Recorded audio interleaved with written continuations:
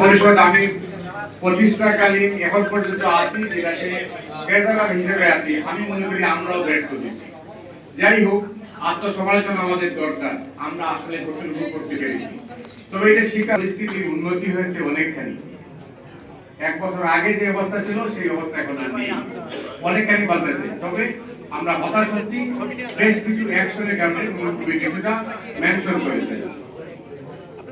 আমি আর 30 সেকেন্ড বলবো, আমাদের মধ্যে যে অনৈক্য বিভাজন, এই অবস্থায় আমি আশা করব পত্রিকায় এটা অবিলম্বে বন্ধ হওয়া উচিত।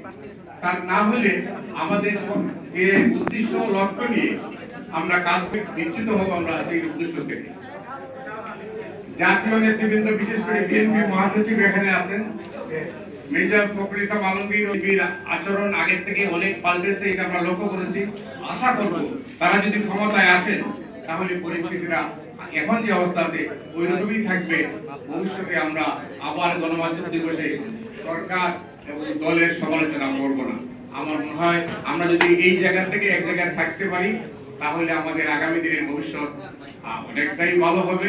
গণমাধ্যম ছাড়া গণতন্ত্র হবে না, এটা পরিষ্কার। গণমাধ্যমকে স্বাধীনতা দিতে হবে, আমাদের কথা বলতে দিতে হবে, লিখতে দিতে হবে। আমরা আবার এটাও বলতে হবে যে আমরা ভোটাধিকার চাই না। অনেক অনেক ধন্যবাদ।